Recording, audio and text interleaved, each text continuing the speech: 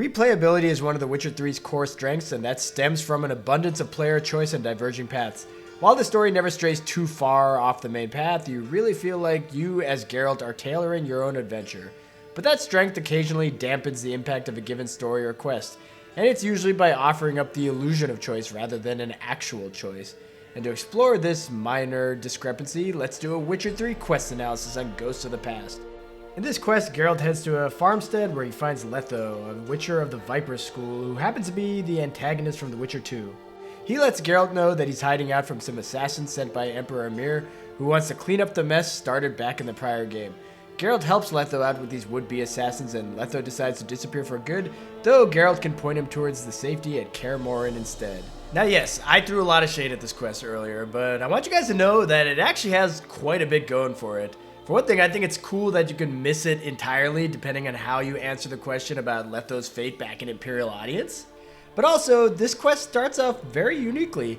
I received a completely different quest, The Fall of House Reardon in Lindenvale, which felt like a typical Witcher assignment where I needed to clear out some monsters from this farm, which is how I ended up here in the first place. But instead of monsters, Geralt finds all sorts of traps, which is what actually initiates Ghosts of the Past properly. And once Geralt finds Letho, we get this conversation. Took a job from an old woman, supposed to get rid of the monsters here. Did that already. Count on you remembering that when you collect your pay.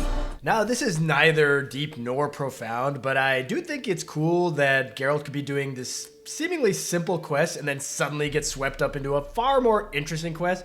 Just makes the game feel more alive. And it helps that the story you got swept into involves Letho, a character you will have met and had several dealings with in The Witcher 2. Even if you're completely unfamiliar with the second game, immediately we all can tell this guy can handle himself. He just exudes this chilling confidence and borderline arrogance when it comes to anything. Because I will kill you in a moment. Wanna kill me, but you don't even know me. Not nice. Think I have to punish you for that. Zanguibarian venom could still kill you, you know. Got the antidote? Saddlebag. Take it in a minute. Couple of days I'll be like new. But he also reveals some interesting facets to his character, which stand in stark contrast to his appearance and demeanor. Lewis was a wanted man in Aedirn. Hefty bounty on his head and normal contracts were hard to come by. So I decided to catch the bastard and make some coin. Nabbed him, tied him up, but the guard post didn't open till dawn. So we had a few hours. Started talking, killing time. Chat was so nice that once dawn came, I let him go. And that's why you trusted him? Felt he owed you one? I was stupid. Stupidity can cost you, but betrayal costs even more. There's something so very human about Letho letting his guard down. Just because this is a supernatural assassin of kings doesn't mean he can't make mistakes. And as the quest comes to a close, his dialogue with Geralt conveys a sense of wariness that was perhaps being obscured by the surface level arrogance. Told you, I'd been on the run since Loch Muin. Loads of pursuers. Got ambushed once, almost died. So I decided it was time to end it. Once and for all. And he is so exhausted and broken, and it just continues to astound me how well CD Projekt Red finds the humanity in its characters. Gameplay in this quest doesn't reinvent the wheel or anything, but it's a nice cool change of pace to ride from town to town with Letho and fight these bounty hunters with him, even if the combat is actually no different than the combat in any other part of the game. It just feels different. It feels almost like a buddy cop type quest with some entertaining dialogue. Goon goes by different names. Brandon Vilf, Apple Saxon, Manfred Wimplebottoms. Manfred Wimplebottoms? Good name for a clown. And then you have all the decisions you make, which there are a ton of. Like, you could start this quest in multiple ways. You could start it the way I did, where you meet Dolores and start the House of Reardon quest first, and then segue into Ghosts of the Past. Or you can just find the farm randomly through exploration and meet Letho without ever fighting the Reardon House quest. Now, you probably noticed that there was no difference at all in what I just showed there, and that's because I screwed up. I meant to have at least one playthrough while doing these videos where I didn't talk to Dolores and found this quest on its own by just heading to the farm, but I forgot and I talked to Dolores both times, so I had no footage for that. But this also gives me a chance to be super clever and meta, because my biggest problem with this quest is there are a ton of choices, but barely anything changes. So let me explain why this bothers me. Every time I played this before doing this video, I made the same choices each time. When Arnold Vester's men show up, I opted to help Letho fight. I chose to ride with Letho to find Lewis, who had betrayed him, and I interceded and fought off the assassins when they got Letho down. And finally, I invited Letho to Kaer Morhen. And I thought, this is awesome! Let's see how this quest plays out when I make different choices! Ha ha ha! It's time to make Letho's life miserable, because he was so awful to Geralt in The Witcher 2. This is between you and them. Not my problem. Rather not get involved. You got involved when you came here. We'll get rid of them quicker together. Knew I shouldn't have come here. We got a plan of attack? Yeah, improvise.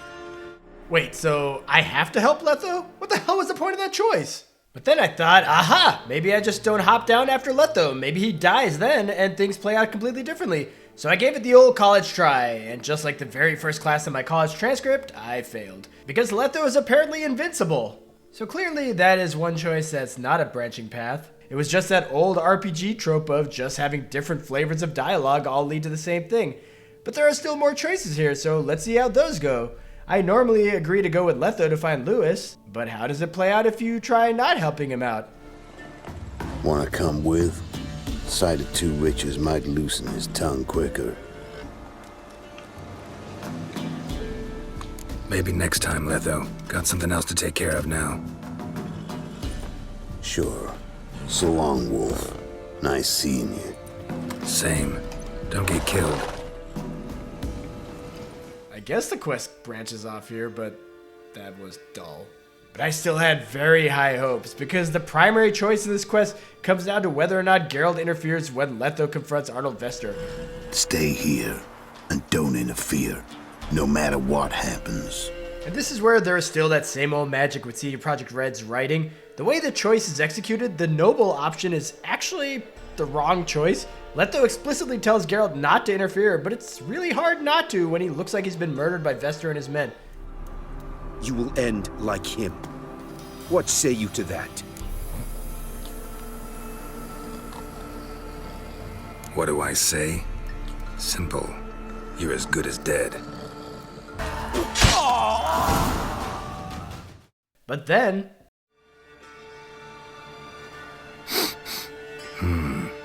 Zanguibarian venom. Something's fishy.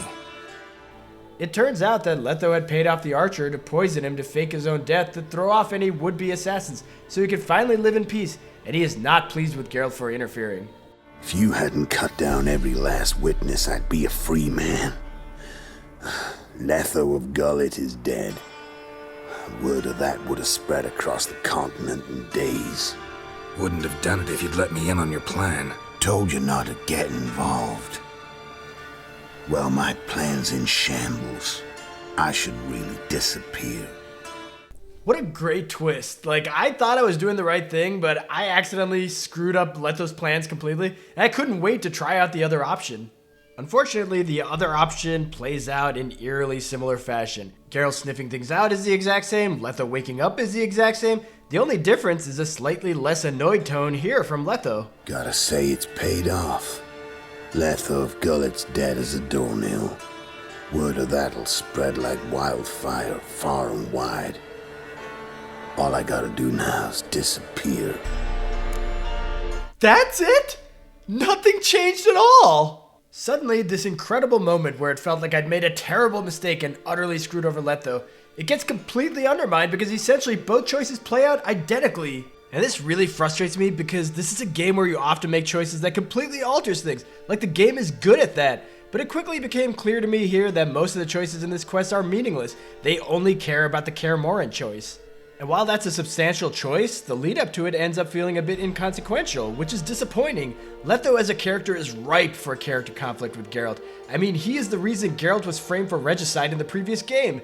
If there's anyone in the game where there should be nuance to invite into Kaer Morhen, it's Letho. But that nuance is lost here. The writers reduce it all to just this binary yes or no decision with none of your prior decisions having any impact whatsoever on it, other than this one. I would actually prefer the quest to play out identically, just without the decisions, because the decisions feel superfluous and unnecessary. Like, we could have gotten to that ending much easier. A simple phone call might have sufficed. For some reason, this quest feels like the writers really wanted you to definitely have to make this final decision about Letho's fate going to Kaer Morhen or not. But they threw in all these other choices before that because, hey, it's The Witcher 3. Let's just have a smorgasbord of choices. And the thing is, I don't mind a linear quest. It's just really frustrating that Ghost of the Past pretends to have these important decisions, but really, it's going to tell its story no matter what. And that feels like a kind of toothless way to end things to what was a pretty exciting quest. And speaking of toothless, here is a stuffed toothless that my daughter really loves. And I know this has no bearings on the rest of this video whatsoever, but this is how I feel when I'm playing Ghost of the Past. The quest just ended the way the writers wanted it to end, so why don't I just end this video the way I want it to end? And if you're somehow pleased with this ending to this video, please like and subscribe to my channel.